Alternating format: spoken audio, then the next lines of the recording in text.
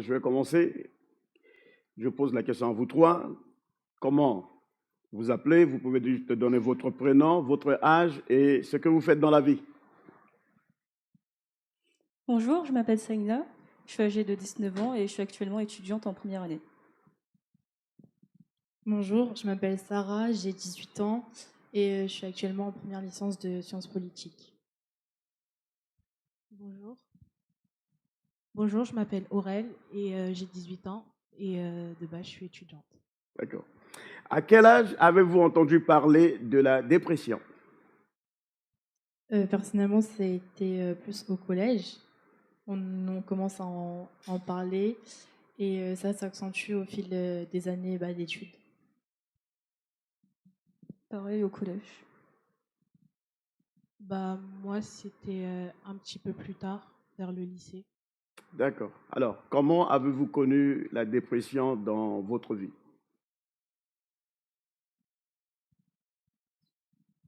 Ben moi, le truc, c'est que c'était pas réellement la dépression, c'était plus l'anxiété, mais j'ai frôlé de justesse. J'avais juste des maniérismes de dépression. Alors, il faut que savoir, je souffre d'anxiété depuis jeune, Depuis quel c'est-à-dire, âge? depuis que je suis petite, mais j'en discutais d'ailleurs avec ma mère, c'est que depuis à l'âge de 3 ans, je commençais déjà à stresser pour des petites choses. Et au fur et à mesure de la vie, au fur et à mesure, l'anxiété s'est développée. En primaire, du coup, ma mère était venue sur cette même estrade pour témoigner. Et oui, il y avait de l'harcèlement quand j'étais en primaire. C'était assez dur à vivre. Et du coup, ça en est arrivé à un point où quand j'allais à l'école, j'y allais la boule au ventre. C'est-à-dire que normalement, un enfant, le matin, il se réveille, il est content d'aller à l'école. Mais moi, j'étais triste parce que je savais que j'allais me faire frapper, je savais que j'atterrirais en sang, je savais que voilà, c'est des choses que j'ai jamais osé parler à ma mère sous le coup de l'anxiété. Ensuite, on a déménagé sur Chalon, suite à plusieurs événements de harcèlement. Ça allait un peu mieux. Passé le collège, les épisodes de l'anxiété sont revenus, mais là, c'était encore pire. C'est-à-dire que j'ai développé carrément des crises d'angoisse, des crises d'anxiété. Mon cœur, il commençait déjà à palpiter. Je me rappelle, ma première crise d'angoisse, je l'ai fait en cinquième. C'était en pleine récré et on a dû me prendre en charge. J'ai dû voir mon médecin traitant et j'ai dû aller à l'hôpital tout de suite parce que l'état était trop critique et ça a continué comme ça d'année en année. Ça s'est développé et ça en est venu à un point où ça a été difficile pour moi de gérer l'anxiété, de gérer ces crises d'angoisse. Et ça en est venu à ce que j'ai des maniérismes au niveau de tout. C'est-à-dire que j'avais carrément aussi développé des périodes de boulimie. Au collège, j'avais développé aussi des périodes de suicide depuis la primaire et j'en ai fait 3. Une en primaire et 2 au collège. Et au lycée, ça s'est pas arrangé, ça a continué les crises d'anxiété, le stress et l'angoisse. Parle-nous un peu de celui du primaire. La première crise d'angoisse? Alors la première crise d'angoisse, c'était pareil, c'était au niveau de l'harcèlement. Je me faisais encore embêter au collège. Et il faut savoir que quand on est jeune, hein, vous l'avez abordé dans l'un de vos messages, on aimerait ressembler à tout le monde, on aimerait avoir la même paire de Jordan, la même paire de choses, mais moi, c'était pas mon cas. C'était sur des trucs à peu près, on va dire, futiles qu'on m'embêtait, mais moi, ça m'impactait parce que je suis assez fragile mentalement. Je suis pas caractérielle comme ma mère, je suis pas forte. Moi, je suis un peu plus sensible. Donc du coup, la moindre chose, ça va me faire réagir, ça va m'impacter. Et vu ce que j'avais déjà vécu violemment à Paris, c'était des choses qui revenaient sans cesse. Et depuis, en fait, ça a été une concentration de réflexion. C'est des choses que j'en parlais pas spécialement à ma mère. Pourtant, ma mère, chaque soir, elle s'asseyait, ou même avant d'aller travailler la nuit, elle s'asseyait, on mange ensemble le soir. Et elle me dit, Saïna, est-ce que ça va? Est-ce que ça s'est bien passé la journée? Et c'est comme ça que j'ai développé le mensonge. C'est-à-dire que je lui disais, oui, maman, tout s'est bien passé, j'ai passé une bonne journée, c'était cool. Non, non, non, non, j'ai passé une mauvaise journée, je me suis fait harceler, c'était horrible, je n'ai plus envie d'aller à l'école. Mais c'est des choses que je n'osais pas dire. Jusqu'à ce qu'un jour, vu que j'arrivais pas à en parler, j'ai développé une crise d'angoisse. J'en ai fait une en pleine récré. Et du coup, j'ai eu un rendez-vous suite à ça. Et qu'est-ce qui s'est passé que tu as développé un comportement en renfermé? Ben, Alors en fait, ma mère était déjà venue, elle avait déjà témoigné de son caractère. Donc en fait, il faut savoir que ma mère avait un caractère très impulsif. Elle est très colérique. C'est-à-dire qu'avant, elle pouvait vous démonter toute une église là tout de suite, sans personne. Elle avait la carrure, elle avait le level qu'il fallait pour le faire. Et moi, je sais que quand je voyais ma mère comme ça, quand je l'ai vue des épisodes énervés, c'est-à-dire ce que j'ai toujours reproché à ma mère, c'est que là, aujourd'hui, elle sociabilise un peu trop à l'église. À la base, elle sociabilise pas beaucoup, elle parle pas beaucoup, elle a fait des efforts. Je vous remercie Dieu d'ailleurs. Elle a fait des efforts, mais à l'époque, ma mère, c'était. Je pense que si ma mère, je pense qu'il y a des gens qui connaissent ma mère depuis longtemps à Chalon. Mais ma mère, elle est colérique, elle est nerveuse, et c'est une femme qui ne parlait pas beaucoup. Elle avait des souffrances de base depuis son enfance, son adolescence, depuis sa vie de jeune adulte. Elle a eu des souffrances dans sa vie de mariage, après sa vie de mariage. Donc c'est des souffrances qu'elle a renfermées, que voilà, ça compressait. Et vu que je savais le caractère de ma mère, je savais comment elle pouvait réagir. Je sais que ma mère, quand elle est énervée, elle a un regard meurtrier, elle a un regard où elle peut vous tuer là tout de suite. Elle pouvait vous tuer là tout de suite, à sang-froid, sans pression. Et moi, personnellement, j'avais pas envie de voir ma mère derrière les barreaux, donc j'ai rien dit.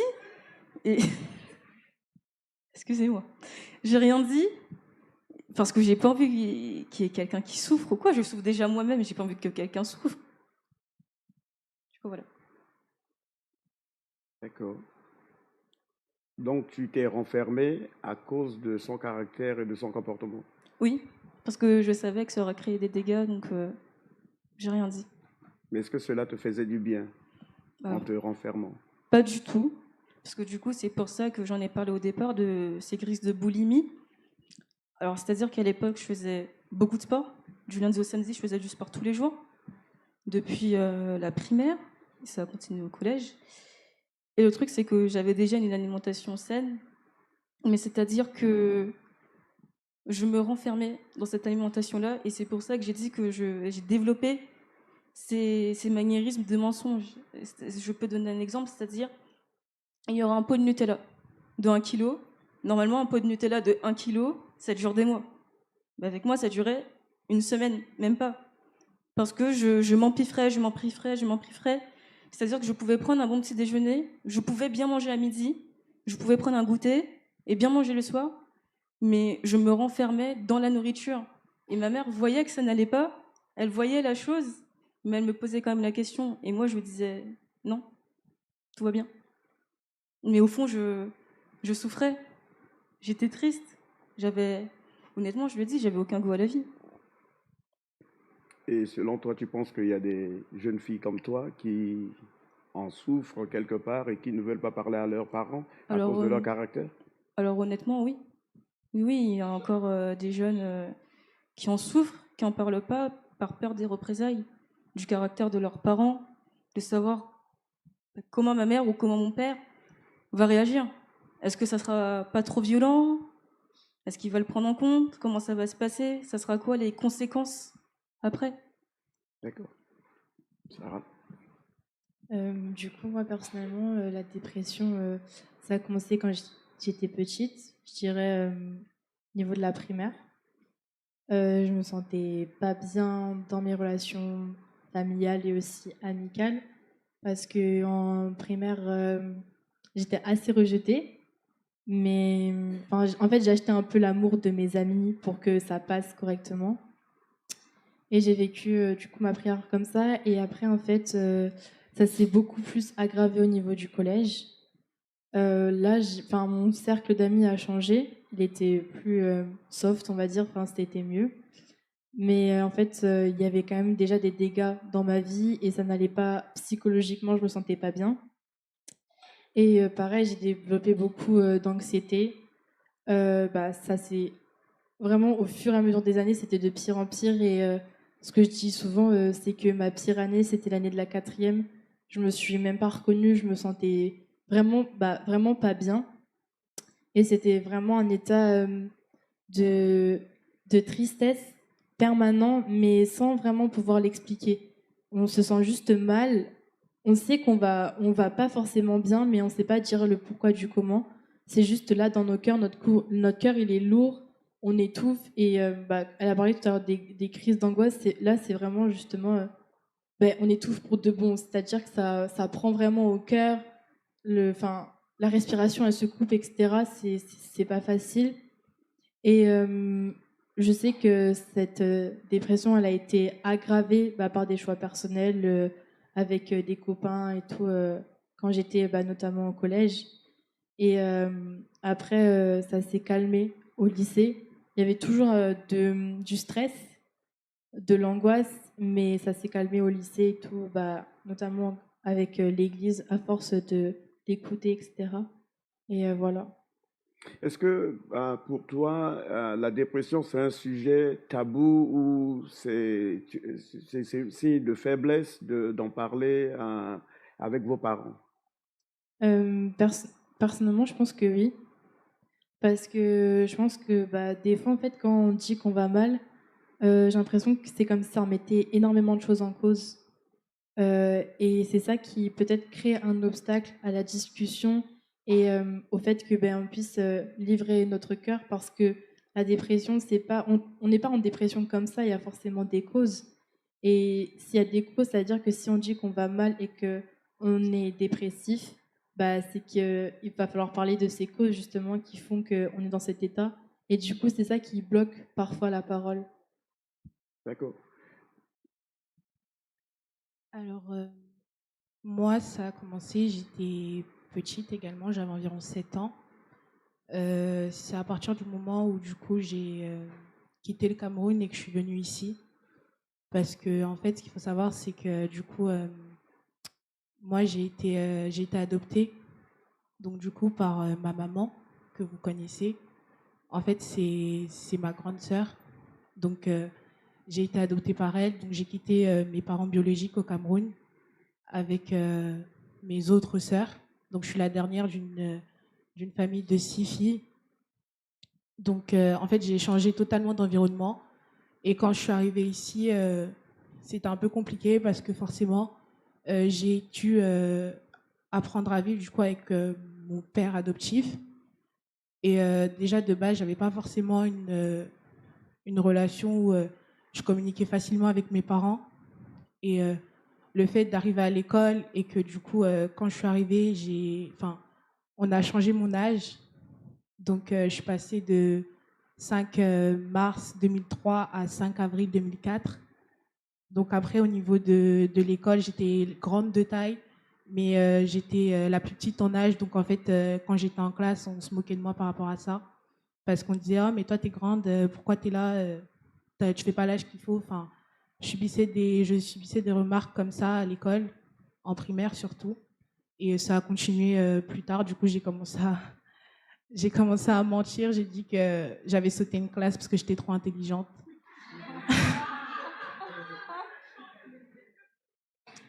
Et du coup, ça a été comme ça bah, pendant, pendant longtemps. Étais-tu heureuse sur le point de changer de l'âge? Non, parce que je comprenais pas, j'étais pas d'accord. Moi, au départ, je le disais, j'étais pas d'accord parce que déjà, bah, je trouvais que ça faisait une différence entre les autres et moi. J'aimais pas qu'on me dise oh, mais t'es super grande, pourquoi t'as pas notre âge en fait, c'est pas normal. Et moi, j'avais envie de dire bah, si j'ai votre âge, en fait, c'est juste que vous ne savez pas. Mais je pouvais pas. Donc, je devais toujours le cacher. Et du coup, j'aimais pas. Donc, à un moment, tu as accepté l'âge artificiel et tu étais contente, heureuse d'utiliser la force au lieu de la vraie? Bah non, mais j'ai dû m'y faire. Je me suis habituée, c'est-à-dire qu'à l'heure actuelle, quand on me dit, enfin quand c'est le 5 mars, j'arrive pas à me dire là c'est ton anniversaire. Pour moi, j'ai tellement habitué, enfin je me suis habituée à ce que ce soit le 5 avril. Tu es habitué à la force. Oui.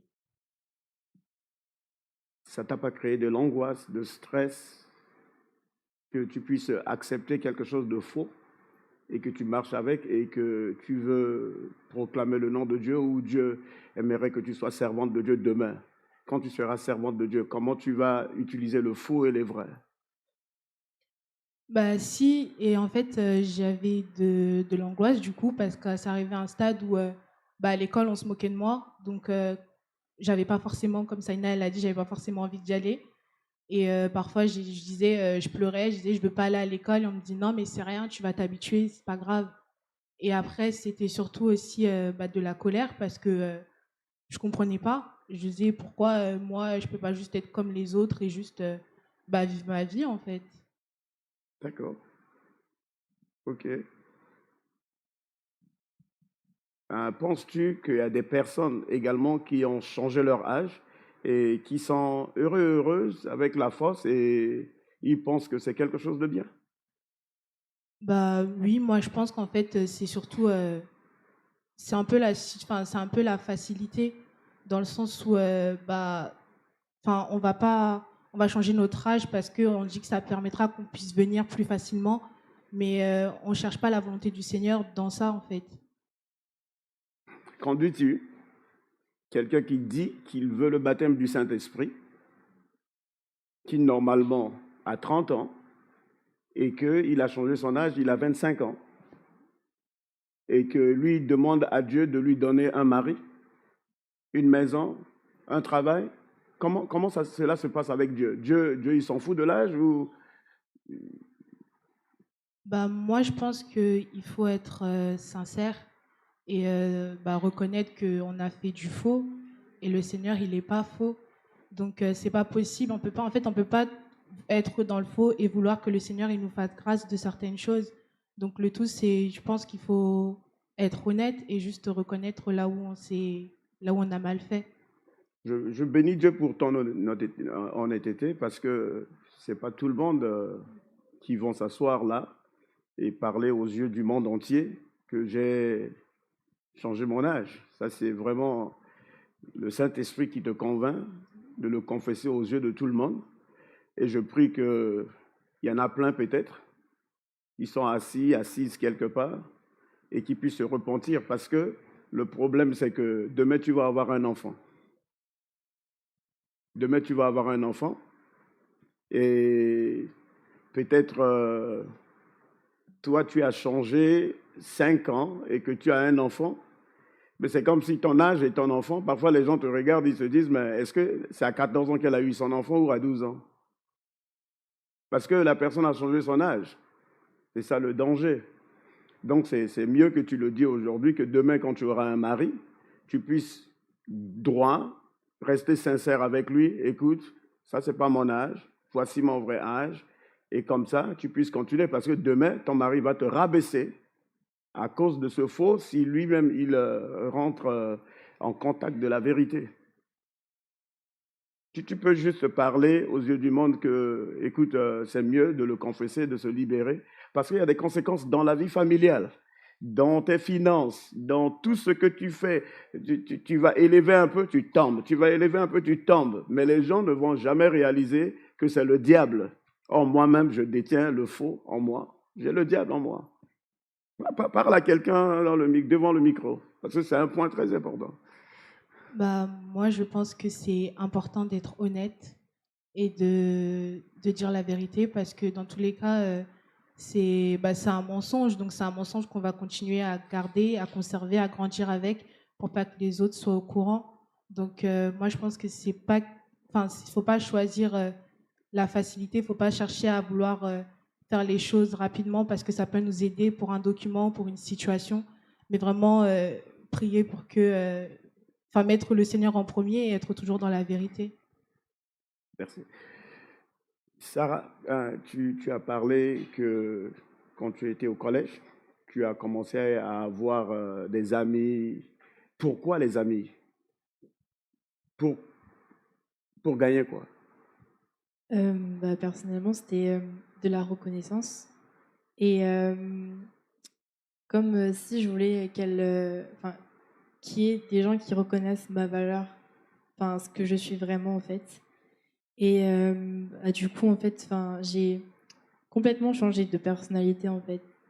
C'est-à-dire que j'avais différentes personnalités. J'étais pas, il y a jamais eu une Sarah en fait au collège, même en primaire et au lycée aussi, je dirais. Il y avait plusieurs Sarah et moi-même quand j'étais seule, je me reconnaissais plus vraiment. Je me demandais toujours mais qui je suis en fait vraiment. Et avec elle, j'ai développé une identité différente pour qu'en fait, bah, elle m'apprécie parce que j'ai vu qu'en primaire, bah, j'avais l'impression qu'en fait, ce que j'étais, vu que ça n'avait pas marché en primaire, bah, c'était sans valeur en fait. Enfin, je valais pas la peine en tant que Sarah réelle en fait. Et du coup, j'ai commencé à changer pour que bah, pour recevoir leur reconnaissance, mais aussi bah, juste l'amour des autres et être, bah, comme a dit Senna, comme tout le monde, parce que au collège, je pense que c'est la période la plus dure, parce que les enfants en fait sont vraiment très méchants. On est tous en train de nous construire, du coup. Le jugement il est décuplé et même le regard des autres il compte beaucoup plus parce qu'en fait on cherche un peu un repère pour se construire et pour être ben, pour grandir en fait en tant qu'adolescent et après futur jeune adulte. Qu'as-tu fait pour chercher ces repères? Bah, j'ai regardé entre guillemets à droite à gauche. C'est vrai que j'ai commencé à, à sortir avec des garçons et bah Saina a parlé des réseaux. Et sur les réseaux aussi, bah, en fait, j'ai dit que j'avais plusieurs identités et ça se voyait aussi sur les réseaux parce que j'avais un compte qui était personnel, enfin un compte où il y avait tous mes amis. Et j'avais un autre compte Instagram où c'était pas mon vrai nom, on voyait pas mon visage et je postais tout le temps. C'était pas vraiment des photos, enfin c'était pas des photos de moi en tout cas. C'était des images où j'écrivais des textes, ce que je pensais, ce que je ressentais. Des fois, c'était des photos de mes bras, des choses comme ça, parce que je me mutilais du coup. Ou des photos avec du sang, des choses, on va dire, assez trash. Donc, tu te mutilais et puis il y avait du sang. Oui, parce que en fait, j'ai commencé à me mutiler quand je suis rentrée au collège, justement avec ces réseaux-là, parce que les réseaux, ils sont construits pour enfin, proposer ce qu'on a l'habitude de regarder. Et si on cherche des gens qui sont dépressifs, etc., eh ben, on va avoir du contenu qui les concerne. Et moi, bah, j'étais mal et je voulais voir des gens qui étaient mal comme moi, en fait.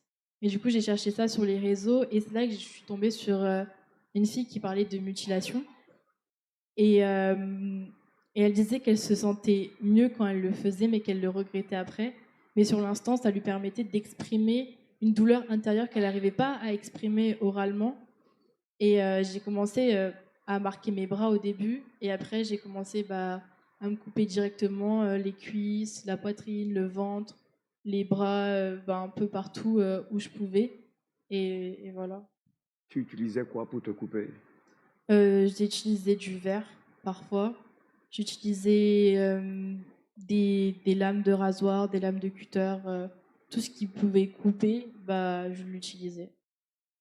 Et tu sentais même pas du mal. En fait, c'était contradictoire parce que quand je le faisais, ça me brûlait la peau, ça me faisait mal, mais je pouvais pas arrêter de le faire parce que j'avais l'impression que bah, là au moins, je souffrais pour une bonne raison. Je souffrais parce que je m'étais coupée et je souffrais pas juste comme ça, juste bah, parce que je vis ou quoi comme. Et personne autour de toi le savait? Mes amis le savaient pas. Euh, une fois, je suis allée au collège en fait et j'avais oublié. C'était les premières fois. J'avais oublié en fait que je m'étais mutilée la veille et du coup on a vu sur mes bras et j'ai menti. J'ai dit que je m'étais raccrochée à un grillage, mais c'était pas vraiment très crédible. Et déjà la réaction qu'ils ont eue, parce que c'était pas mes amis de collège, c'était mes amis de primaire, bah, parce qu'on rentre en sixième, on a encore nos amis de primaire et voilà. Et ils se sont moqués de moi, je sais pas comment m'expliquer, mais ils m'ont vraiment méprisée. Et en fait, ils disaient oui, tu fais ça pour chercher l'attention, etc. Parce qu'ils ont jamais su ce que je vivais, ils ont jamais su comment je chantais. Je me sentais, et du coup, pour eux, j'étais la fille la plus heureuse. Ma vie, elle était parfaite, etc. Ce qui n'était pas le cas. Et du coup, bah, mes amis de primaire l'ont appris. Et il y a ma mère, un jour, qui l'a appris aussi. Et c'est parce que j'étais dans la salle de bain. Et c'était ce même jour où mes amis l'avaient appris. Et encore une fois, c'était en été, donc forcément, on est en manche courte. Et là, ma mère, elle a vu, elle m'a demandé ce que c'était. Et je lui ai dit, c'était rien, je lui ai pas répondu spécialement. Et juste, elle a pris une photo et c'est là que elle t'avait envoyé la photo. Et après, du coup, ma grande sœur l'a appris parce que ma mère lui avait dit. Et voilà. Selon toi, aujourd'hui, penses-tu qu'il y a des filles qui se font mutiler et qui le cachent à leurs parents, qui ont des souffrances à l'intérieur et qui ne veulent pas le dire comme Saïna a développé tu vois, ce cocon à cause du comportement de sa maman? Et qu'est-ce qui t'a empêché de parler à tes parents? Ben, comme avec mes amis, pour en fait avoir l'amour de mes parents, je voulais conserver l'image de la petite fille modèle et parfaite. D'accord. Et je le faisais à travers mon travail à l'école, mon attitude. J'essayais d'être, entre guillemets, exemplaire. Et je pensais que c'était la perfection qui apportait l'amour. Et d'ailleurs, c'est quelque chose qui m'a suivie, même après, avec Dieu, parce que j'avais toujours cette idée qu'il faut que je sois parfaite pour qu'il m'accepte. Et, et du coup, je voulais pas, en fait, dire que ça n'allait pas, en fait, j'osais pas en parler parce que je me disais, je serai plus parfaite et ils vont plus m'aimer ou ça va créer, en fait, une déchirure dans notre relation. Et, et je voulais pas, en fait, que ça aille en s'empirant. Et si tu te fais mutiler, ça va laisser des traces. Et si s'il t'arrivait de couper un air, comment?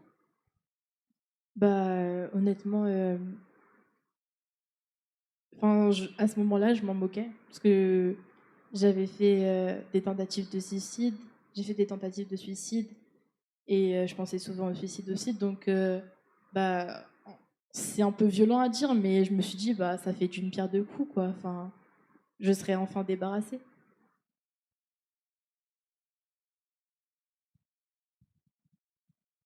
Est-ce que tu avais développé la honte? Je dirais oui parce que je me cachais tout le temps, Cachais que où? c'est dans ma chambre, que c'était pas dévoilé. Et je me souviens que même une fois, en fait, je m'étais tellement coupée que ça avait vraiment taché mon pyjama.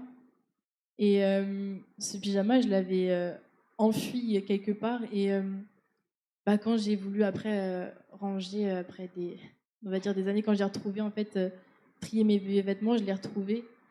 Et c'est là, aussi, je me suis souvenue, mais en fait, je cachais tout. Je disais rien. Et oui, forcément, ça développe la honte parce que, comme j'ai dit tout à l'heure, j'étais convaincue que ma valeur, elle était en tant que parfaite. Donc, si je fais quelque chose qui est comme ça, qui n'est pas, que je me vois pas dévoiler, forcément, c'est honteux parce que ça casse cette image. Il y avait un témoignage mardi où la sœur Myriam disait qu'elle avait tout, mais il n'y avait pas l'amour. Parmi vous, répondez à cette question. Elle avait tout ce que les parents pouvaient donner, mais il n'y avait pas l'affection, il n'y avait pas l'amour. Quelle est votre position par rapport à ce point-là? Vas-y, Aurel. Moi, je sais que personnellement, pour ma part, je sais aujourd'hui que même si on a tout, il n'y a rien qui peut remplacer l'amour de ses parents. Parce que c'est quelque chose. Parce que quand il y a l'amour, on peut avoir confiance, on n'a pas peur, on n'a pas honte de parler avec ses parents et de discuter quand il y a des situations. Et pour moi, avoir tout, ça remplace en rien l'amour des parents. D'accord. Bon, on va reprendre à peu près la même structure. Je pense que l'amour des parents, pour moi, je trouve que c'est une base à avoir avec son enfant. Je m'explique. C'est-à-dire que si la mère, ou même le couple en lui-même, sait qu'ils ont des blessures, qu'ils ont des souffrances, et qui savent qu'ils vont avoir un enfant, ben, je peux comprendre que ça va être compliqué, mais je peux aussi dire que c'est là où il faut se rapprocher du serviteur de Dieu et de son équipe pour travailler ces blessures, parce que ben, qu'est-ce qui va se passer? C'est comme ça qu'on développe des liens héréditaires. Ça va suivre de génération en génération, en génération en génération, jusqu'à ce qu'une personne ben, prenne position et décide de couper ces liens héréditaires. Et oui, l'amour d'un parent, c'est très important. Après, je pense que c'est aux parents aussi d'expliquer que mon enfant, je peux peut-être ne pas te donner une paire de Lacoste, je peux ne pas te donner telle ou telle chose, mais il y a une chose que tu n'achèteras jamais, c'est mon amour. Et ça, tu l'auras jusqu'à temps que je ne serai plus là. Moi, je rejoins les filles et je pense que l'amour, c'est plus important que tout parce que, en fait, bah, des fois, il y a un vide et c'est pas acheter quelque chose qui peut combler ce vide. Et du coup, bah, l'amour, ça doit remplir cette place. Et je pense que au-delà du mot amour, mais vraiment le véritable amour, en fait. Pas un amour en surface, mais vraiment un amour bah, vrai, vraiment. Qui fait que bah, si ton enfant il vient vers toi, il se sent en confiance, il se sent bien, il n'a pas peur de te dire quoi que ce soit parce qu'il sait que tu l'aimes et peu importe qui vient devant toi t'amener, cet amour il va pas changer. Si je vous posais à vous trois la question de m'expliquer, selon vos expériences, les défis, les raisons et les causes de la dépression, selon vous, qu'est-ce que vous allez me dire? Je vais commencer. Les causes, bah déjà, ça peut dépendre de la vie de la personne. C'est-à-dire que là, on a vu 3 cas. Et bah, le lien entre nous trois, ça a été les causes personnelles. Il peut y avoir les causes professionnelles. Il peut y avoir plusieurs causes. Ensuite, pour relever le défi, bah, c'est un peu plus compliqué. Parce que comme le disait ma sœur Sarah dans son témoignage, il y a la honte. Donc, on n'ose pas spécialement en parler.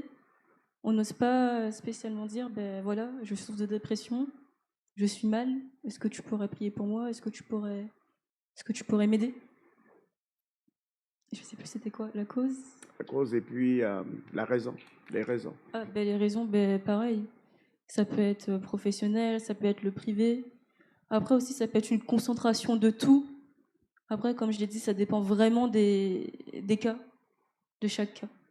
D'accord.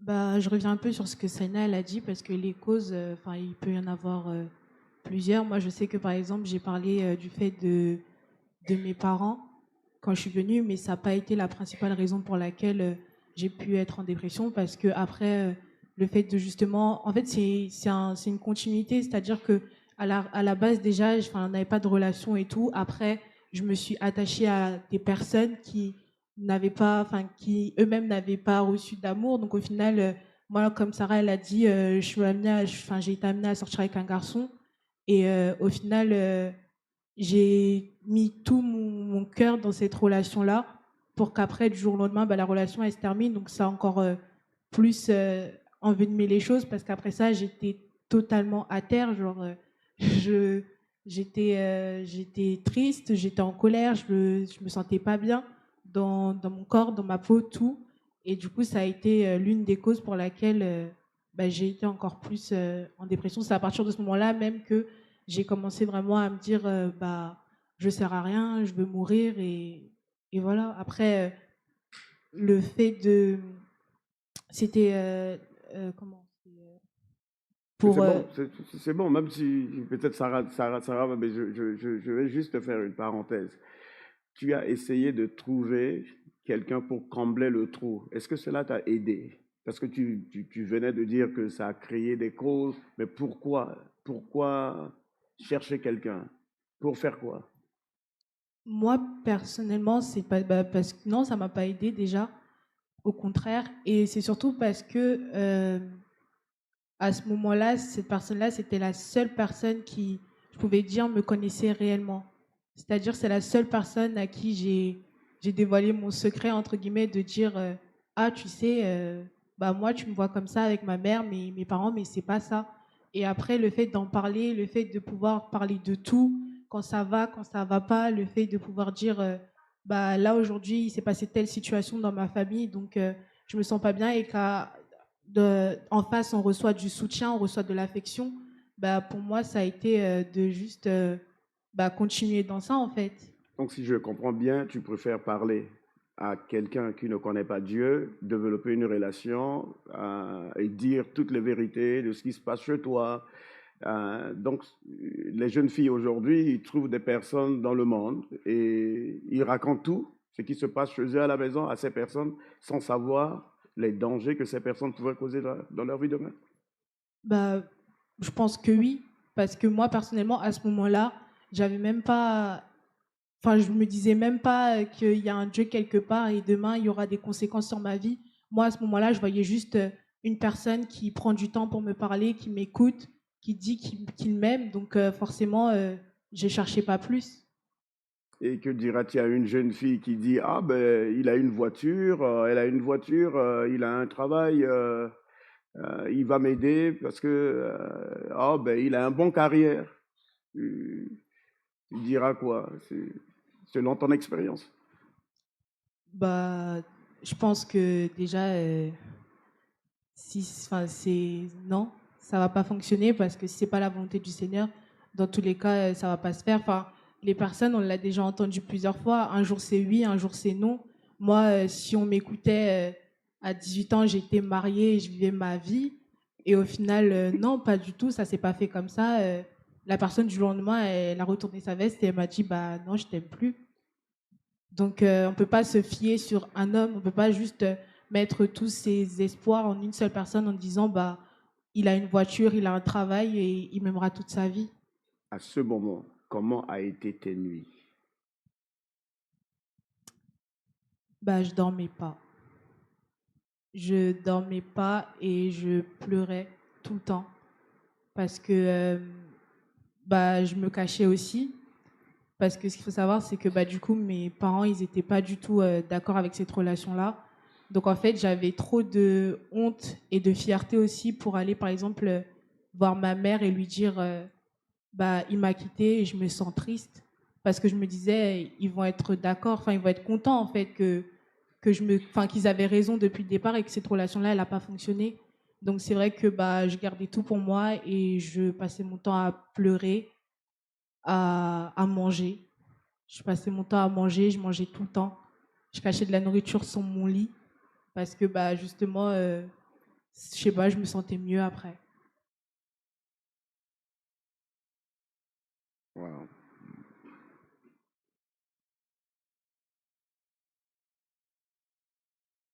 C'est une question.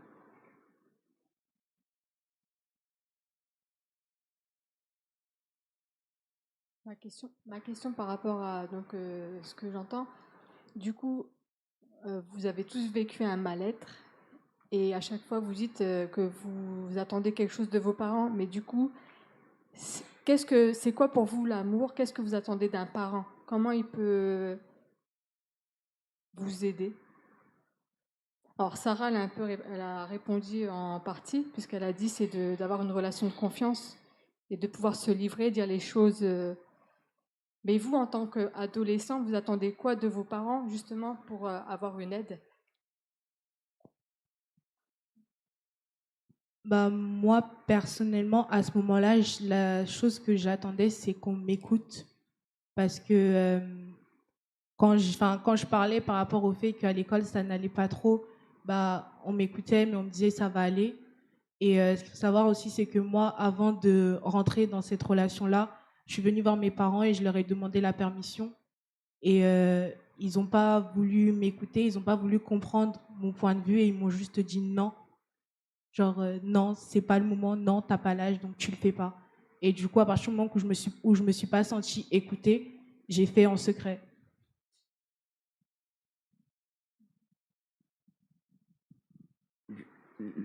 Je vais revenir sur ce que Aurèle venait de dire. C'est, c'est un point touchant dans le sens que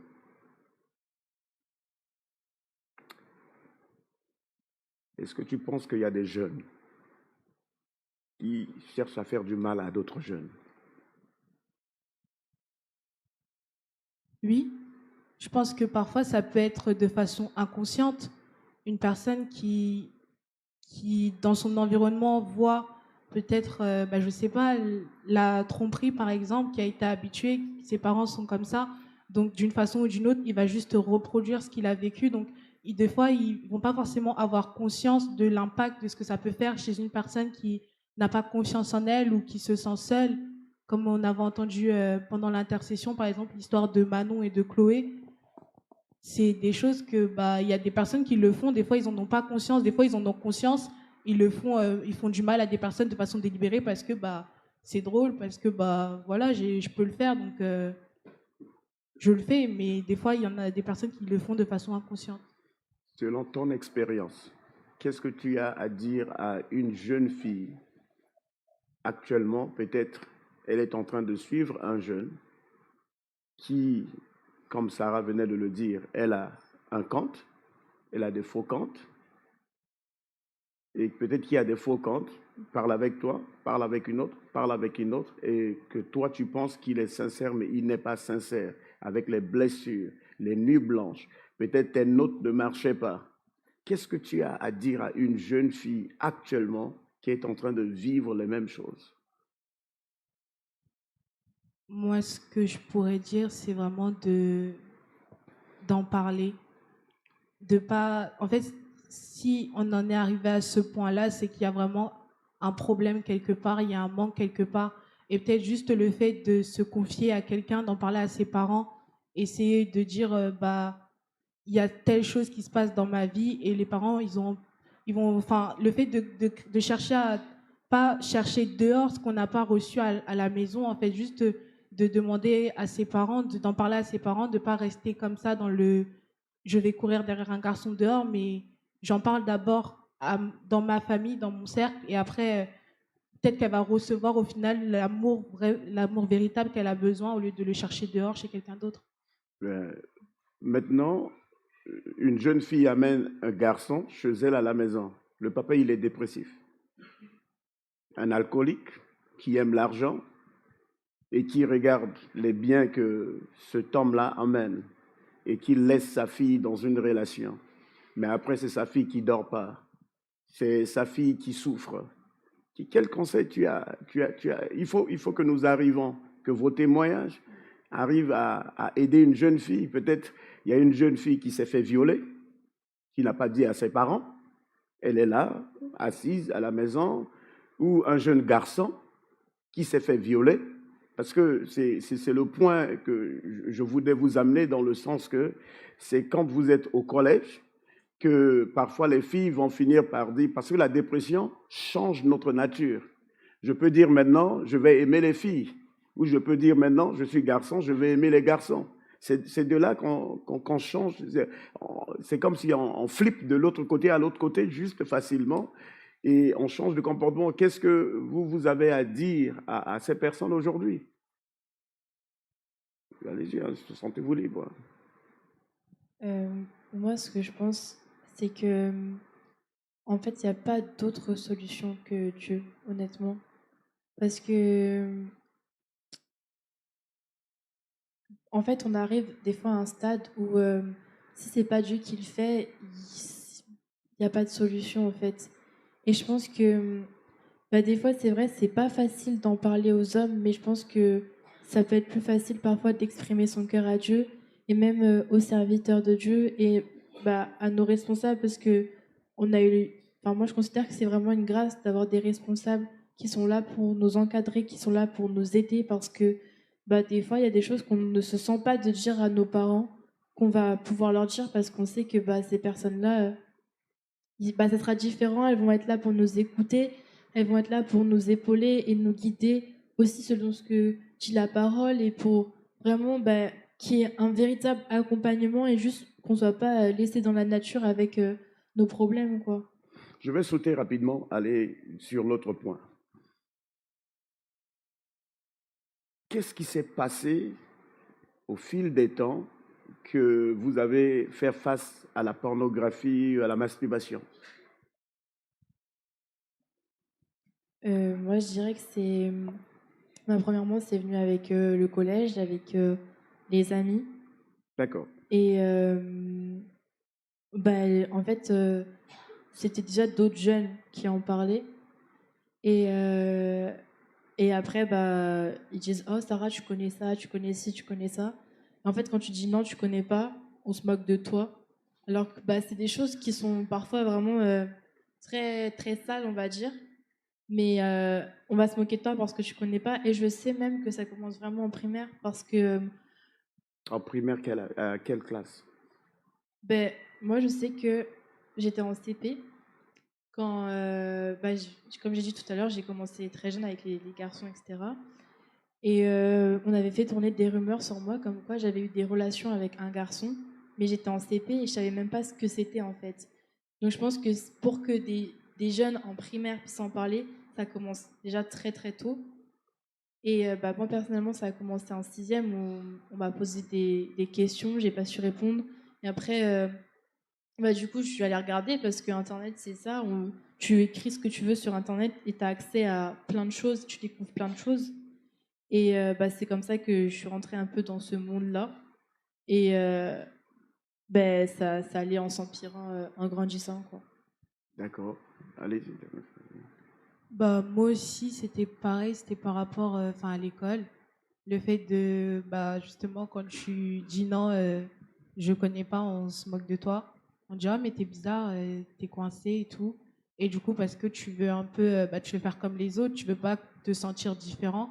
Donc, tu vas un peu suivre ce que les autres y font. Donc, tu vas regarder et après, tu vas regarder. Et au plus tu vas regarder, et au final, après, tu vas te retrouver à faire des choses. Et au final, bah, voilà.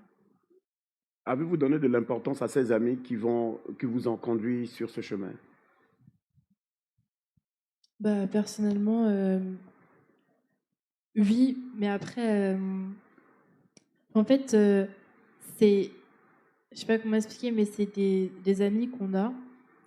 Et il y a la sexualité en fait qui revient toujours à leur bouche. Et en fait, j'aimerais dire que c'est tellement banalisé qu'on réalise pas trop en fait vraiment l'importance et la gravité de la chose. Moi, je sais que ben, quand on était au collège, on faisait des blagues là-dessus, etc. On rigolait. Et c'est des choses que, à l'heure actuelle, si je les entends, je me dis ouais, c'est quand même, bah, c'est quand même grave que des enfants qui sont en sixième, donc on avait 10 ans, on puisse avoir de tels propos, dire de telles choses. Mais en fait, on est jeunes, on est tous dans le mood, dans ce mood-là, et du coup, on suit en fait, juste, on se suit les uns les autres, et on reste enfermé dans ça. Jamais à la maison, à table, où vous êtes en famille, que le sujet de la sexualité ou masturbation ou pornographie n'est venu sur la table? Est-ce que c'est un sujet tabou? C'est quelque chose que les parents ne veulent pas en toucher? Vous, vous avez appris ça ailleurs. Mais comment était votre attitude à la maison? Alors, moi, si je peux répondre, non, le sujet n'était pas du tout tabou.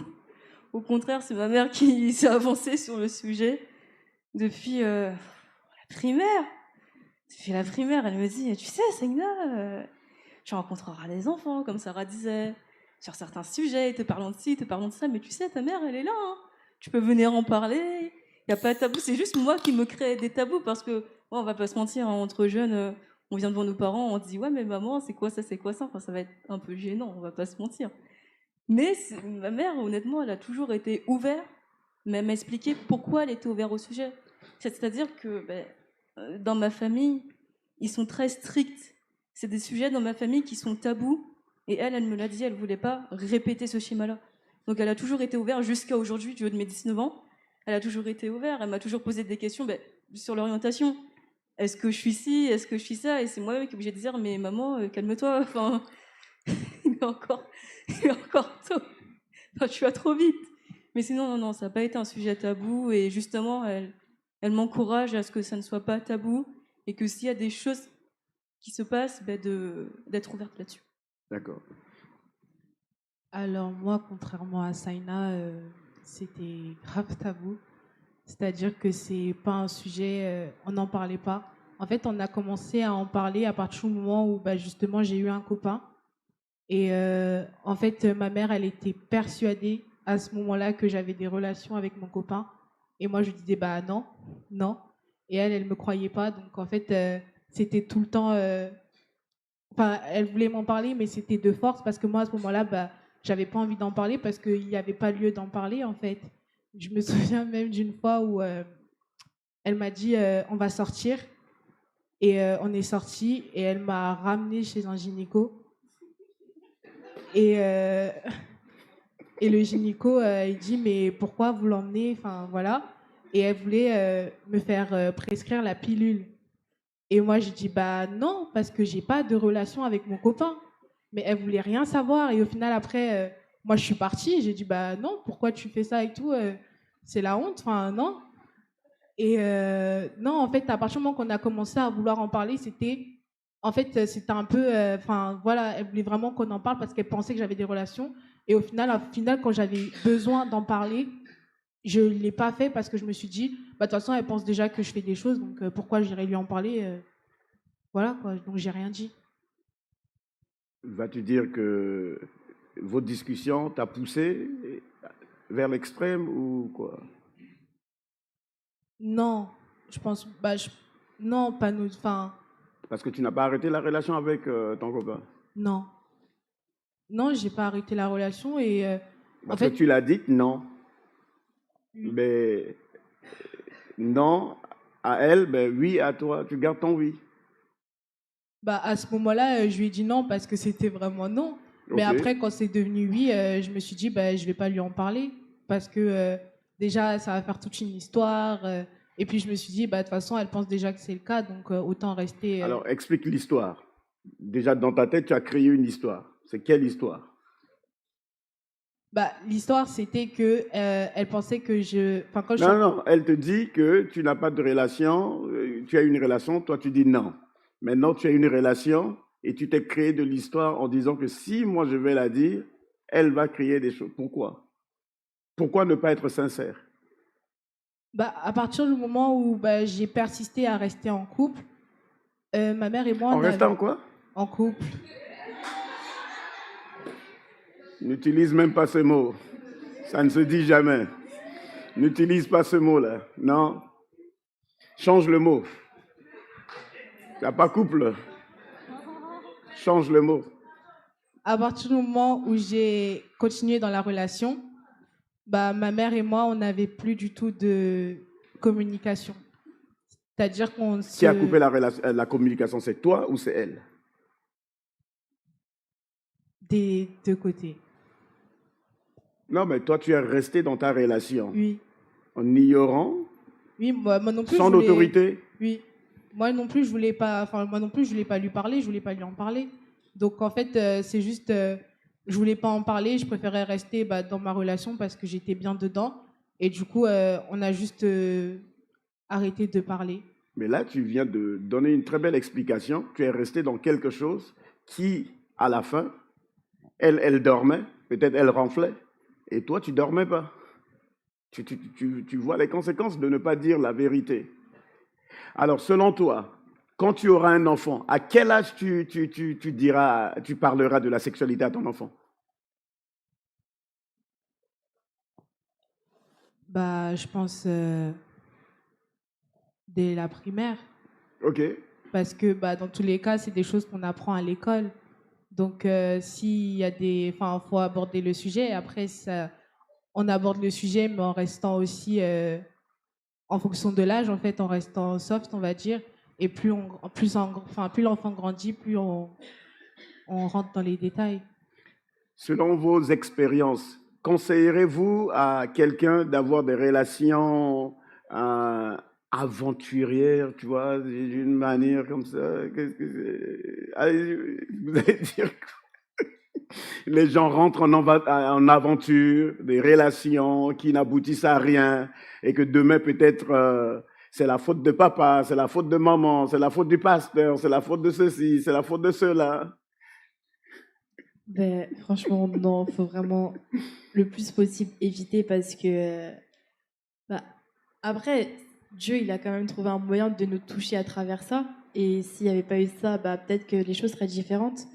Mais je pense qu'il faut vraiment éviter parce que, bah, Aurèle en a parlé tout à l'heure, ça, ça crée en fait une certaine dépendance par rapport à une personne qui, elle aussi, peut-être, on ne connaît pas la vie des gens, mais il y a peut-être des choses derrière aussi. Et en fait, bah, c'est juste deux personnes dans leur bêtise qui continuent en fait et qui avancent un peu bancalement.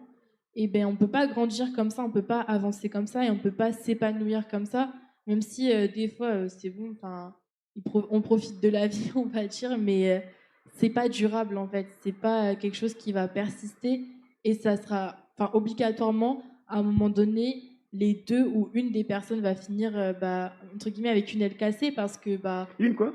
avec une aile cassée, dans le sens où on ne ressort pas indemne en fait de ce qui est en train de se passer, quoi.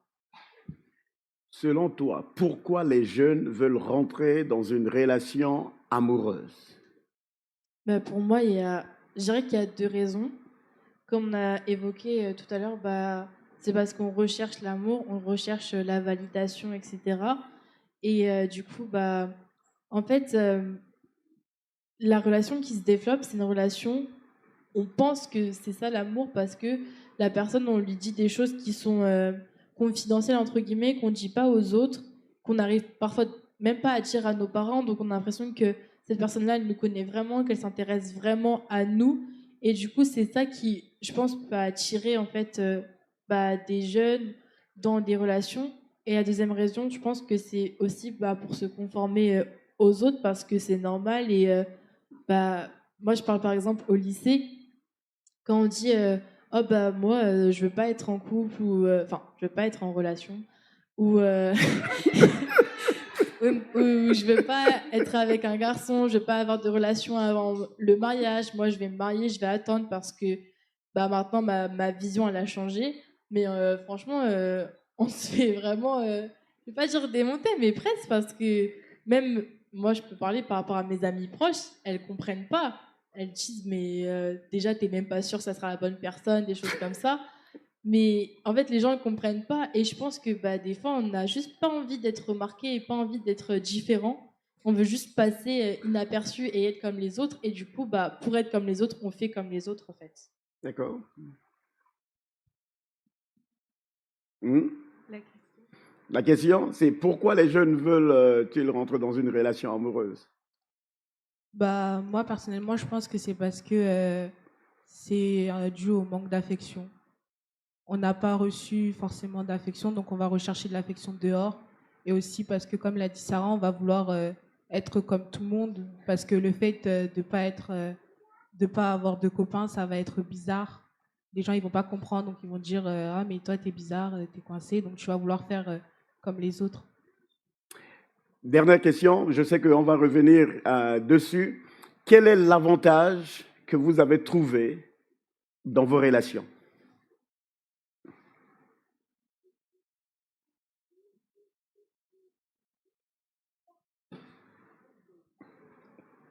Bah il y en a pas.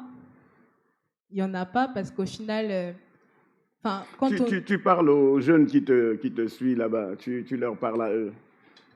moi je pense personnellement qu'il y en a aucun parce que déjà quand on est enfin, quand on veut servir le Seigneur, il n'y en a aucun, il n'y a que des désavantages parce que c'est un travail après à faire derrière.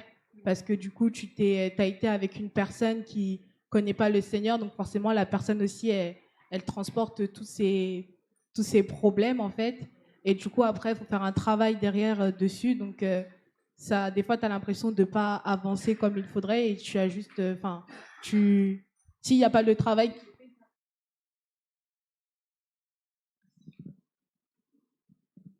Et du coup, je disais, C'est ton si. onction qui a été électrique.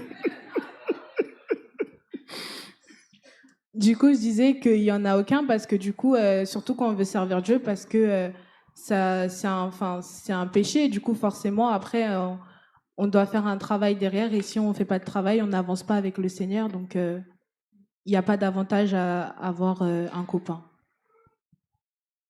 Ben, forcément, je vais rejoindre Aurel. Je pense qu'il n'y a pas d'avantage. Et puis, enfin, Si c'est juste pour se baser sur les moments où tu rigoles, les trucs comme ça, bah franchement, il vaut mieux avoir des amis qu'être dans une relation avec une personne parce que ça n'apporte rien. Et je suis vraiment d'accord avec ce qu'elle dit sur surtout le travail après. Ben, il est lourd et c'est pas facile après en fait de reconstruire tout ce qui a été détruit justement à cause de cette relation. Tu veux dire quelque chose?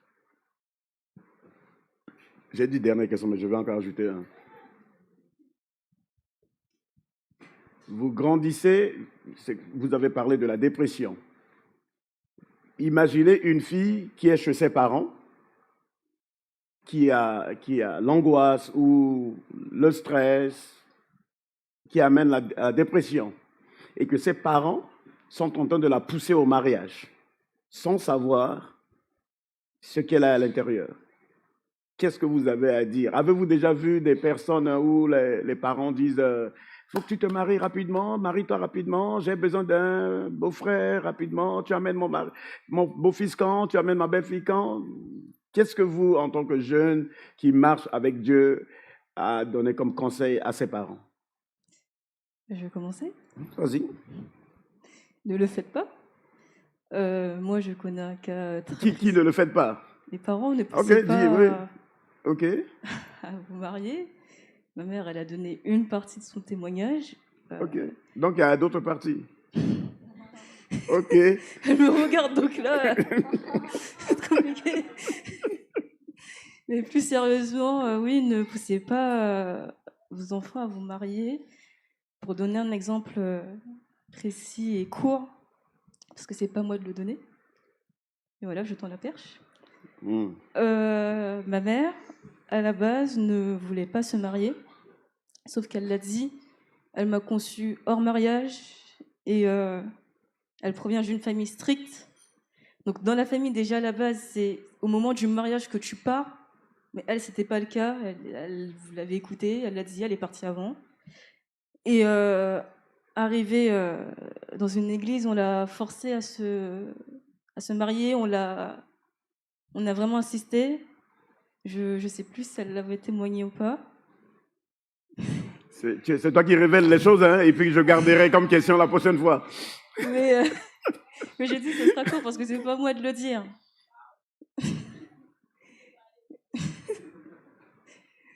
Et donc du coup, oui, on l'a forcé. Faut savoir que normalement, une date de mariage, ça se fait vite. Vous allez à la mairie, vous demandez une date de mariage à l'état civil. Ça se fait. Il faut savoir que elle, ça a été annulé. Il y a eu plein de problèmes. On lui demandait papier sur papier, sur papier, sur papier, jusqu'à ce qu'à la base, on voulait pas les marier. Mais qu'est-ce que ma mère a fait, et ça, j'ai jamais compris, c'est que elle a signé, elle a falsifié un papier à la place de quelqu'un. Chose qu'il faut pas faire parce que juridictionnellement, c'est pas bien. C'est pas bien, mais elle l'a fait quand même. Donc le mariage a été forcé. On a marié mes parents, mais ça a été une vie de mariage désastreuse. Ça a été horrible. Je le disais en tant qu'enfant, c'était super horrible. Il y a eu des souffrances.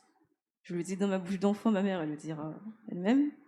Et moi, je le dis, il y a eu des souffrances, il y a eu des répercussions, des souffrances qui durent jusqu'à aujourd'hui, 2023. D'accord. Elle s'est mariée en 2010, même avant. Même avant, elle s'est mariée en 2010. Donc, c'est des souffrances. Donc, s'il y a un conseil que je peux donner, ne forcez pas vos enfants à vous marier. Laissez-les leur temps, ne forcez rien du tout. Et si vous voulez chercher un mariage, allez voir le pasteur et son équipe. Non, non, non, non, non, non, non, non, non, non, non, non, non, non. Non, mais dans le sens qu'il faut pas. Non, mais je m'explique. Je m'explique juste. Je m'explique juste. Ne cherchez pas ce qui n'est pas cherchable. C'est-à-dire que si Dieu n'a pas donné son accord, ne le faites pas. Parce qu'il y a des enfants, je le dis dans ma bouche d'enfant, même si j'ai 19 ans, il y a des souffrances. Vous ne vivez pas vos souffrances, mais c'est les enfants qui les vivent et qui les développent. Et c'est dur. C'est dur de couper ces liens, c'est dur de vivre sans souffrance après. Donc ne le faites pas et priez. Priez avant, et même avant que la relation commence, réunissez les deux et prier avec eux, et prier pour voir leurs objectifs de vie, et surtout leurs objectifs spirituels.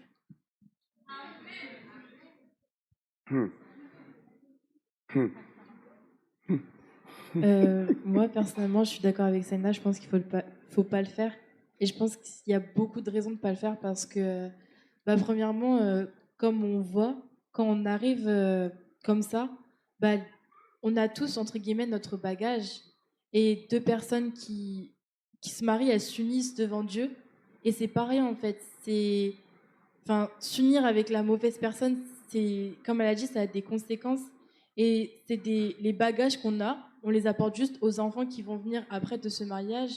Et moi, c'est avec ma sœur qu'on en a beaucoup parlé, que c'est très très important avant de se marier d'être préparé. Et Saina l'a dit, de se préparer dans la prière, etc. Parce que sinon, en fait, ça va être juste deux personnes qui sont brisées, qui vont se marier ensemble, qui vont avoir un mariage brisé. Et des enfants qui seront aussi brisés parce qu'ils ne peuvent pas construire quelque chose de solide sur quelque chose qui était brisé à la base. Et je pense que c'est pour ça qu'il ne faut pas pousser les gens à se marier. Et je pense que c'est aussi important de ne pas forcer et de dire c'est parce que comme ça vous serez dans la volonté de Dieu. Parce que ce n'est pas le cas en fait. Ce n'est pas parce que des personnes se marient qu'elles rentrent dans la volonté de Dieu forcément. Et je pense qu'il faut vraiment prendre ce temps de faire un travail sur soi-même, de guérir, de développer sa relation avec Dieu, parce qu'après, c'est Dieu qui amène la stabilité, c'est Dieu qui amène le bon fonctionnement. Et si moi, j'arrive pas à fonctionner toute seule avec Dieu, c'est pas à deux qu'on va arriver à fonctionner ensemble. Donc c'est pour ça que je pense qu'il faut pas pousser les gens vers un mariage qui, de toute façon, n'aura pas de bons fruits, en fait. Waouh. Je suis d'accord.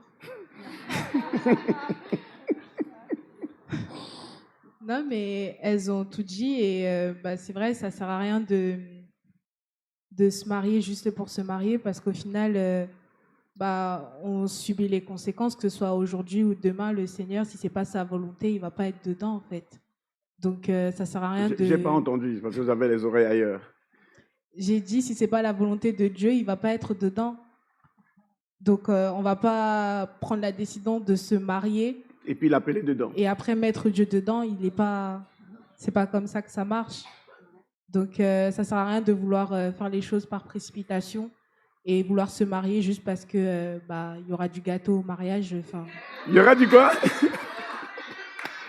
C'est pas moi qui a parlé de gâteau. Gâteau, tu peux faire quoi? Le gâteau, c'est pour faire quoi? Non, mais parce que parfois. Les convictions de vouloir un mariage, c'est pas les bonnes. Surtout, moi, je parle en tant que jeune. Parfois, on va dire, un mariage, c'est beau. Quand tu es marié, tu fais un peu ce que tu veux, tu pars en voyage, plein de choses, en fait, alors que c'est pas les bonnes raisons, en fait. Donc, on peut pas juste vouloir se marier en pensant que c'est juste parce qu'on va signer le papier et après, c'est fini, mais il y a des conséquences graves derrière. Donc, faut pas pouvoir vouloir se marier juste pour le faire. Ces enfants ont expérimenté vraiment des choses très difficiles dans leur vie et je sais que beaucoup vont sortir encore. Je vais juste inviter ta maman à venir à côté de toi, comme ça on va prier pour vous deux. Comme ça on va prier pour vous deux et puis après je vais inviter également, si c'est JP qui est là, si Françoise est là, alors j'invite vos parents à côté de vous. Comme ça, on va prier ensemble avec eux. J'invite les parents à côté d'eux. Merci à vous d'abord de laisser vos enfants parler. C'est pas facile. Et je crois que nous sommes tous une famille. Et il y a beaucoup de serviteurs de Dieu, des servantes de Dieu qui parfois n'essayent pas de régler les problèmes cachés dans la vie des familles. Et c'est ce qui parfois fait que l'Église n'avance jamais. Les enfants viennent de parler des situations extraordinaires dans le sens parfois, on est dans des relations, il nous manque la santé, il nous manque les finances, il nous manque beaucoup de choses parce que parfois il y a des choses en dessous qui sont là. Vous n'avez pas chassé et ces racines seront toujours là pour vous empêcher à exceller avec Dieu. Dieu a dit dans ta parole que vous irez de gloire en gloire, en gloire, en gloire, de succès en succès. Et je prie que ces enfants, demain quand elles vont servir Dieu, elles puissent servir Dieu avec sincérité. Et je crois que dans l'assemblée là-bas, il y a des hommes et des femmes qui ont vécu des conséquences, qui ont vécu des choses. Je sais que dans vos cœurs là-bas, il y a des blessures, il y a le sang qui saigne. Et je prie que si vraiment ça ne vous dérange pas de vous lever de là où vous êtes et que nous puissions tous prier ensemble. Il y a beaucoup de maisons qui souffrent dans ce pays. Il y a beaucoup de vies qui souffrent. Il y a beaucoup de personnes qui sont cachées. Aurèle a bien dit, elle pleurait la nuit. Personne ne le savait. Ces enfants venaient avec leurs parents dans l'église, mais dans leur tête, c'était une autre chose. Dans leur tête, l'ennemi était en accélération. L'église doit finir. Tu dois être sur ton texto. Nous parlerons prochainement avec ces filles de comment ils utilisent leur portable, comment ils cachent leur portable, comment ils arrivent à prendre la Bible et leur portable et mettre ensemble. Peut-être tu es dans l'assemblée, c'est le temps maintenant de prier et de parler à Dieu. C'est le temps de dévoiler ton cœur à Dieu. C'est des enfants où on a pris le temps de s'asseoir à côté d'eux, de les aider, de les pousser, de crier sur eux. Peut-être chez toi à la maison, ton enfant est en train de détruire la vie de quelqu'un, que peut-être toi tu n'es pas au courant. Tu as un fils, tu as une fille ailleurs. Je prie ce soir que Dieu puisse t'aider. Il y a des enfants peut-être qui se font mutiler. Il y a des enfants peut-être qui sont dans la masturbation, cachés dans les maisons. Ce soir, je prie que le bien-aimé Saint-Esprit nous aide. Elle a également parlé de l'âge. Je prie ce soir que le bien-aimé Saint-Esprit puisse nous aider, frères et sœurs, à vivre des bonnes choses avec Dieu. Dieu est Dieu, il reste Dieu et il serait toujours Dieu. Il est assis sur son trône. Il a fait des bonnes choses pour ta vie. Il a fait des bonnes choses pour ton avenir. Tu n'as rien à changer sur ta vie. Si tu es noir, tu es noir. Tu es blanc, tu es blanc. Si tu as un diplôme, tu as un diplôme. Tu n'as pas de diplôme, ça ne sert à rien de mentir sur l'internet que tu es né à ceci ou tu es né à cela. Oh, tu as été à l'école Asbury University. Oh, tu as été aux États-Unis. Des mensonges parfois. Nous avons sur juste nos réseaux sociaux de dire des choses. Il est temps ce soir peut-être. Ce réseau social que tu as caché, que ce n'est pas ton nom qui est dessus. Il est temps ce soir que tu puisses l'annuler et que tu puisses faire la volonté de Dieu et que tu puisses honorer Dieu. Oh, peut-être pour d'autres, tu passes ta vie juste sur portable. Mais quand tu passeras ta vie sur portable, le jour où on sera dans le cercueil, il n'y aura plus de portable. Il est temps de demeurer en présence de Dieu. La Bible dit à César ce qui est à César, à Dieu ce qui est à Dieu. Prends du temps, maximise tes temps. Il a un temps pour toute chose. Sous le soleil, il a un temps pour le portable. Il y a un temps de jeter le portable loin. Qui que ce soit qui appelle, tu le laisses de côté. Tu dis, Seigneur, je le prendrai plus tard. Développe une attitude, développe un caractère. Pour d'autres, c'est dans la poche. Quand on appelle, je dois décrocher. Quand tu as signé le contrat de ton portable, on ne t'a pas dit décroche tous les appels. Ils ont créé un répondeur pour que quand quelqu'un t'appelle, il laisse un message. La question ce soir, es-tu fils de Dieu ou fille de Dieu? Es-tu fils de ce monde ou tu es fils de Dieu? C'est de faire la différence et de dire portable, j'ai un temps pour toi, tu ne domineras jamais ma vie. Bien-aimé Saint-Esprit, nous prions pour ces parents qui sont autour de leurs enfants. Nous savons que, Seigneur, les enfants ont dit des choses. Saïna a dit des choses, Seigneur Jésus, sur sa maman Cathy. Et Seigneur, Cathy, Seigneur, pendant le témoignage, Seigneur, elle a témoigné sa désobéissance à toi. Et aujourd'hui, Seigneur, tu es en train de faire une réparation dans la vie de Saïna et de sa maman. Seigneur, tu es en train de faire une réparation dans la vie de Aurèle et de Marie-Claire. Tu es en train de faire une réparation dans la vie de Jean-Pierre, Françoise, ainsi que leur fille, Seigneur Jésus, Sarah. Sarah. Je prie pour leur vie ce soir et je prie pour les parents qui sont dans l'assemblée. Je prie pour les parents qui sont sur l'internet. Seigneur, je prie ce soir que Dieu les aide, que Dieu vous inspire sur la vie de vos enfants. Je prie ce soir que vous ayez des moments de discussion, que vous ne voyez plus rien tabou. Il est temps que nous puissions dire les choses, expliquer les choses. Nous vivons dans une société qui est en accélération et il est temps que nous accélérons les choses dans la vie de nos enfants. Les enfants ont dit ici, elles ont appris des choses sexuelles à l'école primaire et je crois qu'il y a des enfants, il est temps maintenant. Seigneur, nous prions, donne la sagesse, donne le discernement aux parents de parler à leurs enfants, ceux qui continuent à se masturber en cachette, ceux qui continuent à aller sur l'internet en cachette. Nous brisons sur ces esprits ce soir au nom de Jésus. Et nous demandons, bien-aimé Saint-Esprit, viens à l'aide d'un homme et d'une femme, car tu as donné une relation saine et non pas une relation, Seigneur Jésus, qui nous amène d'échec en échec. Mais je prie, bien-aimé Saint-Esprit, ce soir, bénis chacun de nous, touche chacun de nous. Je te laisse le temps de parler à Dieu ce soir. Ces adorations sont venues tout à l'heure. Préparez les cœurs. Ces adorations sont venues. Il est temps que tu pries ce soir, mon frère. Il est temps que tu pries ce soir, ma sœur. Je ne sais pas qui ta fille vit avec. Je ne sais pas qui ton fils vit avec. Il est temps de travailler, de les préparer au mariage, de leur donner les bons conseils, les bases du mariage, pour que quand un homme rencontre une femme demain, elle connaît les bases spirituelles et que la Bible soit au centre de toutes choses. Si tu trouves un homme dans la rue, sur les réseaux sociaux, je prie ce soir que tu sois encore plus sage. C'est pas les réseaux sociaux qui te le donnera. Il a dit, Dieu, dans sa parole, il donne. C'est lui qui donne à ses enfants. Et je prie que Dieu te le donne pour ton succès. Je prie que Dieu te le donne pour ton avenir. Je prie que Dieu te le donne parce qu'il a dit, il est bon que l'homme ne soit pas seul. Ma sœur, il y a un mari pour toi. C'est pas les prédications sur le mariage qui t'aidera à aller au ciel. C'est pas les prédications sur le mariage qui t'aidera à avoir le don de l'esprit. C'est pas les prédications sur le mariage qui t'aidera à avoir les finances. C'est la prédication sur le royaume de Dieu et sur le péché qui t'aidera à recevoir ce que Dieu a promis pour toi. Seigneur, nous bénissons chacun de nous. Seigneur, continue encore à travailler dans la vie de ses enfants. Continue à travailler dans les foyers. Et nous prions que les foyers deviennent sains. Et que la France, Seigneur Jésus, reçoit encore une autre onction. Que la France reçoit encore une autre orientation. Et que la France soit un pays extraordinaire. Au nom de Jésus, et les peuples de Dieu disent Amen. Que Dieu vous bénisse puissamment. Merci à vous.